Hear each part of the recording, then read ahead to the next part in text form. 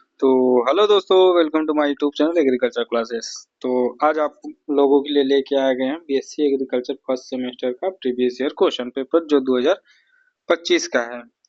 ये पेपर 2025 का है, जिसमें कि आप लोग देख सकते हैं ये 10th पेपर है। जो लड़के इंटर में उनका एग्रीकल्चर होता है तो वो उनको बायोलॉजी और मैथ का पेपर देना होता है। वहीं जो लड़के बायोलॉजी और मैथ पढ़ के आते हैं उनको एग्रीकल्चर फर्स्ट और एग्रीकल्चर सेकंड का पेपर देना होता है। ये डिसाइड करता है आपकी यूनिवर्सिटी कि कब कौन सा एग्जाम किसको देना होता है। तो जो लोग एग्रीकल्चर पढ़ के आए उनको बायोलॉजी का पेपर देना होता है। तो बायोलॉजी का पेपर देने के लिए आप लोग को 2 घंटे का पेपर होता है और 50 नंबर का ये भी पेपर होता है। पेपर का पैटर्न सेम होता है। पेपर ए मतलब ए, खंड बी और खंड सी, यानी कि सेक्शन ए, सेक्शन बी और सेक्शन सी। वही हम लोग बात करते हैं सबसे पहले कि इस वीडियो के डिस्क्रिप्शन में आपको लिंक मिलेगा, वहां से आप लोग प्रीवियस ईयर क्वेश्चन पेपर को डाउनलोड कर सकते हैं और आप लोग को कुछ नोट्स भी मिल जाएगा वहां से। अगर उसके बाद आप लोग को कोई डाउट होता है तो आप लोग हमारे डिस्क्रिप्शन में बोल सकते हैं, उसको डिस्क्रिप्शन में आप लोग के मतलब सॉल्व कर दिया जाएगा आपके क्वेश्चन को, ठीक है। उसके बाद भी अगर अगर हमारे चैनल पे आप लोग नए हैं तो हमारे चैनल को लाइक करें, सब्सक्राइब करें और अपने दोस्तों के साथ जरूर शेयर करें, ठीक है दोस्तों। तो हम लोग देखते हैं सेक्शन ए।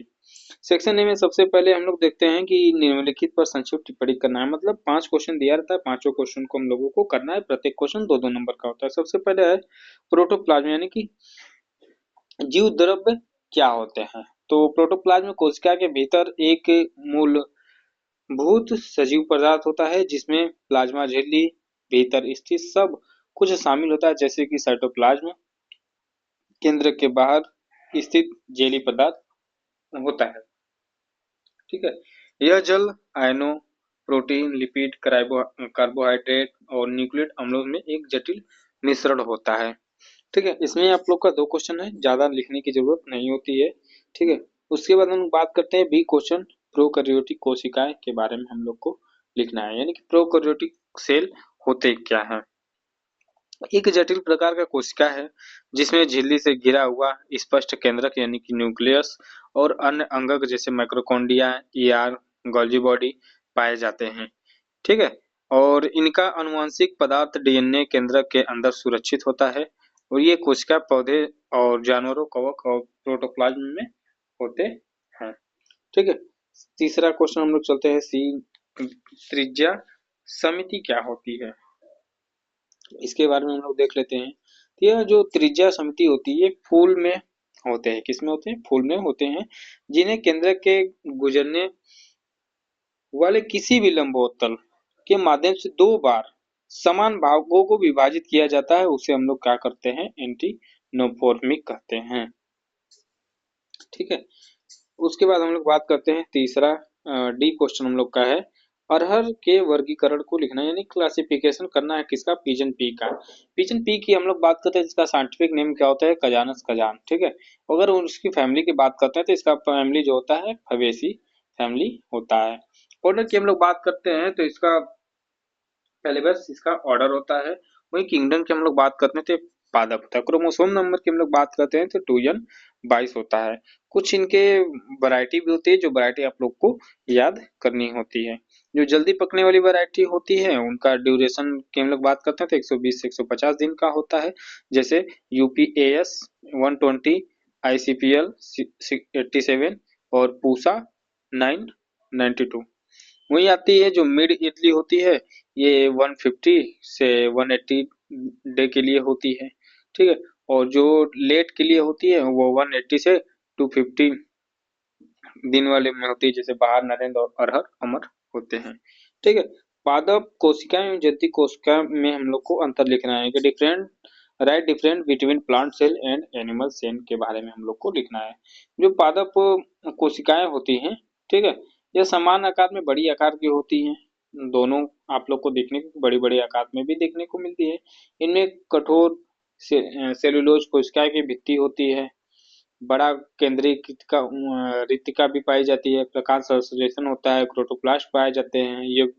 यह विपरीत जंतु कोशिकाएं आकार में छोटी, अनियमित होती हैं।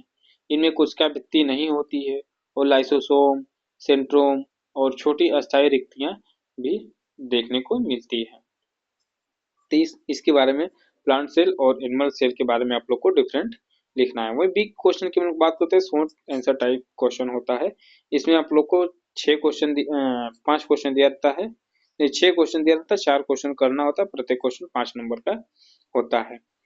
जैसे हम लोग बात करते हैं माइक्रोकॉन्ड्रिया का ऊर्जा घर है, स्पष्ट कीजिए। Mitochondria is the power house of cell, explain it. यानी कि माइक्रोकॉन्ड्रिया को हम लोग को एक्सप्लेन करना है कि इसको power of cell, power house cell क्यों कहा जाता है। ठीक है, जैसे कि हम लोग बात करते हैं, ये माइक्रोकॉन्ड्रिया यूकेरियोटिक कोशिकाओं में कोशिका द्रव्य में पाया जाने वाला एक अत्यंत महत्वपूर्ण और दोहरी झिल्ली वाला अंगक है, जिसे कोशिका के पावर हाउस यानी कि power house of the cell कहा जाता है। यह कोशिका श्वसन के माध्यम से पोषक तत्वों की एटीपी नामक ऊर्जा अणु में बदलकर शरीर में 90% ऊर्जा उत्पन्न करता है, इसीलिए इसे पावर हाउस ऑफ सेल कहा जाता है। इसको आप लोग लिखिएगा ज्यादा से ज्यादा में। उसके बाद आता है घास कुल के आर्थिक महत्व का वर्णन कर, describes in economic importance of family Poaceae. यानी कि पोएसी फैमिली के कौन से घास आते हैं, उसे इंपॉर्टेंस क्या होते हैं। तो महत्वपूर्ण पादप की बात है, जो मानव के कैलोरी सेवन के लिए 60 से 70% अधिक मुख्य अनाज जैसे चावल, गेहूं, मक्का, ज्वार, बाजरा, ठीक है, वहीं औसत पशुधन चारा जैसे बांस, जैव ईंधन या प्रमुख कच्चे माल का प्रदान करते हैं। ये वैश्विक खाद्य पदार्थ जिसे औद्योगिक उत्पादन और मृदा स्थिरता को अत्यंत महत्वपूर्ण होते हैं। इसके बारे में आप लोग को इंपॉर्टेंस लिख देना है। उसके बाद चौथा क्वेश्चन हम लोग को देखने को मिलता है, पौधे में कोशिका विभाजन को यानी कि सेल डिवीजन के बारे में हम लोग को लिखना है, यानी कि प्लांट में। इसमें जैसे कि वृद्धि, विकास, प्रजनन, ठीक है, आकार, उत्तकों का मरम्मत, कोशिका में जो उत्पन्न होती है, ये सब हम लोग को लिखना है कि सेल डिवीजन प्लांट में क्या क्या देखने को मिलता है, उससे महत्व क्या होता है। जैसे कि प्लांट सेल में हम लोग को वृद्धि अगर चाहिए, विकास चाहिए, प्रजनन चाहिए, तो हम लोगों को सेल डिवीजन अच्छे से होना चाहिए। बीज की संरचना को संक्षिप्त वर्णन करना, मतलब हम लोग को जो बीज होते हैं, जो सीड होते हैं, उनका एक संरचना तैयार करना है, यानी कि डायग्राम के मदद से हम लोग को एक्सप्लेन करना है। ये आप लोग डिस्क्रिप्शन में, मतलब इसको आप लोग देख के अच्छे से बना के और एक्सप्लेन कर दीजिएगा। ठीक है, धरातल के पुष्पित पौधे को वर्णन कीजिए, describe the flowering plant of earth. जो धरातल पे आप लोग को प्लांट देखने को मिलता है, उसके बारे में आप लोग को वर्णन करना है और अच्छे से एक्सप्लेन भी करना है। उसके बाद आता है 7वां क्वेश्चन, जैव विविधता संरक्षण की व्याख्या करना है। ठीक है, explain the conservation of biodiversity. जैसे कि जैव विविधता की हम लोग बात करते हैं, तो हम लोग कंजर्वेशन ऑफ बायोडायवर्सिटी की हम लोग बात करते हैं। तो जैसे कि जीवन की विविधता, जो जीन होते हैं, जो प्रजाति होते हैं या फिर पारिस्थितिक तंत्र होते हैं, की रक्षा को प्रबंधन के अभ्यास होता है, ताकि वर्तमान में भविष्य के लिए स्वच्छ, लचीले वातावरण, टिकाऊ संसाधन, भोजन, पानी, दवा और पारिस्थितिकी संतुलन सुनिश्चित किया जा सके, जिसमें संरक्षित क्षेत्र जैसे राष्ट्रीय उद्यान की स्थापना और प्रजातियों का प्राकृतिक आवासों के बाहर संरक्षित करके चिड़ियाघर, बीज बैंक या फिर जैसे विभिन्न को, मतलब जीन बैंक का मतलब कंजर्वेशन, बायोडायवर्सिटी का मतलब होता है कि उनको इकट्ठा करके रखना और बायोडायवर्सिटी को बनाए रखना होता है। ठीक है, सेक्शन सी की हम लोग बात करते हैं। तो जो सेक्शन में सी होता है, इसमें लॉन्ग आंसर टाइप क्वेश्चन होता है। इसमें 4 क्वेश्चन दिया होता है, हम लोगों को 2 क्वेश्चन करना होता है, प्रत्येक क्वेश्चन 10 नंबर का होता है। तो हम लोग पहले क्वेश्चन की हम लोग बात करते हैं, जिसे समसूत्री विभाजन का वर्णन और उचित चित्रों को सहित, यानी कि describe mitosis cell division with suitable diagram. यानी कि सेल डिवीजन यानी कि माइटोसिस का हम लोगों को फिगर भी बनाना है और उसको एक्सप्लेन भी करना है। ठीक है, तो फिगर आप लोग बना लीजिएगा। जो माइटोसिस 5 फेज में होता है, प्रोफेज,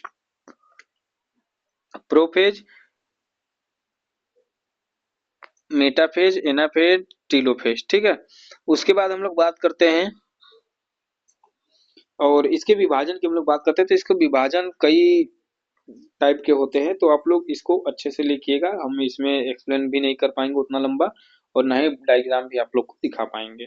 ठीक है, तो आप लोग अच्छे से समसूत्री विभाजन को अच्छे से लिख दीजिएगा। कुर्सी फेरी की हम लोग बात करते हैं तो describe the characteristics of family कुर्सी फेरी, यानी कि कुर्सी फेरी फैमिली की विशेषताएं हम लोगों को लिखना है। क्या करना है? कुर्सी फेरी के विशेषताएं लिखना है। जैसे कुर्सी फेरी में हम लोग बात करते हैं कि कौन से क्रॉप आते हैं, जैसे कैबेज, ब्रोकली, कॉलीफ्लावर, कोल, बर्सलेस स्पोर्ट, बॉकोय और इलगुला, मस्टर्ड, ये सब हम लोग के जो क्या नाम है कि कुर्सी फेरी फैमिली में आते हैं। और इसके कैरेक्टर के बारे में हम लोग को लिखना है। जो आप लोग देख सकते हैं कि इसका रूट क्रॉप होते हैं, लीफ जीनियस ग्रीन्स होते हैं। उसके करेक्टर आप लोग जानते हैं कि गोला भी होता है, लंबा भी होता है, प्लस ग्रीन होता है, कुछ पीला पीला लिए भी होता है, और इसके पत्तियां बड़ी बड़ी भी होती हैं। तो इसको आप लोग को करेक्टर अच्छे से लिख देना है। वही हम लोग बात करते हैं कि एक बीजपत्री पौधों के आंतरिक जड़ संरचना का उचित चित्र की सहायता से लिखना है। आप लोग को पता है कि बायोलॉजी का पेपर तो चित्र तो आप लोग को अच्छे से आना ही चाहिए। जितना अच्छा आप लोग फिगर बनाएंगे उतना ही अच्छा आप लोग नंबर को ले पाएंगे। तो describe the internal structure of root of monocot with the help the suitable diagram, यानी कि एक बीजपत्री क्या होता है। देखिए मोनोकॉट क्या होता है और डाइकॉट क्या होता है। मोनोकॉट मतलब होता है सिंगल और डाइकॉट मतलब होता है डबल। मोनोकॉट इसमें आप लोग को लिखना है। जिसके जिसके सीड एक ही होते हैं, उसको टूटने पे आप लोग टूट जाता है, अलग नहीं होता है। ये होते हैं मोनोकाट में। ठीक है, इसके बारे में आप लोग को लिखना है और इसका एक डायग्राम भी आप लोग को बनाना है। ठीक है, वही हम लोग बात करते हैं कि बीज की परिभाषा लिखिए। बीज अंकुरित को प्रभावित करने वाले कारक का वर्णन करना है। जैसे कि डिफाइन सीड, यानी कि सीड होते क्या है। तो सीड आप लोग को डिफिनेशन अच्छे से याद होना चाहिए कि जो सीड होते हैं वो हम लोग क्या करते हैं, उसका जर्मिनेशन करते हैं ताकि उससे हम लोग कोई क्रॉप बना सकें, चाहे फल फूल सब्जी, किसी भी किसी भी फल फूल सब्जी को उगाने के लिए हम लोग को सीड की आवश्यकता होती है। इसमें प्रजनन की क्षमता भी देखने को मिलती है। सीड भी कई प्रकार के होते हैं, nuclear seed, breeder seed, foundation seed, register seed, तो अलग अलग सीड भी होते हैं। ठीक है, उसके बाद अंकुरों को प्रभावित करने वाले कारक के बारे में लिखना है। Describe the factor affecting the seed germination, यानी कि सीड जर्मिनेशन को अफेक्टिंग जैसे तापमान हो गया, ठीक है, टेम्परेचर हो गया, ह्यूमिडिटी हो गया, सॉइल हो गया, क्लाइमेट हो गया, उसके बाद आप लोग का इंसेक्ट पेस्ट हो जाते हैं, तो ये जर्मिनेशन को रोकता है। ठीक है, ये लोग उसको जर्मिनेशन होने से रोकते हैं, प्रभावित करते हैं। तो जिससे हम लोग क्या कर सकते हैं, बीज को अंकुरित प्रभावित करने वाले कारकों के वर्णन में ये सब हम लोग डाल के लिख सकते हैं। सीड डोरमेंसी भी चली जाती है, ठीक है, सुसुप्ता अवस्था में चली जाती है, ये सब आ जाएगा। तो दोस्तों ये हम लोग का था बायोलॉजी का पेपर। ये पेपर वही लोग देंगे जो बीएससी जो 10th में अपना एग्रीकल्चर लिए होंगे, वही लोग देंगे। बाकी लोग BSc agriculture first, BSc agriculture second का पेपर देंगे, और जो बायोलॉजी का पेपर देगा वो मैथ का भी पेपर देगा। तो दोस्तों इस वीडियो में अगर आप लोग को कोई भी डाउट होता है तो आप लोग जरूर कमेंट करिएगा, और आप लोग हमारे चैनल पे अगर नए हैं तो हमारे चैनल को सब्सक्राइब करें, लाइक करें, अपने दोस्तों के साथ जरूर शेयर करें। ठीक है दोस्तों, मिलते हैं नेक्स्ट वीडियो में, तब तक के लिए जय हिंद, जय भारत।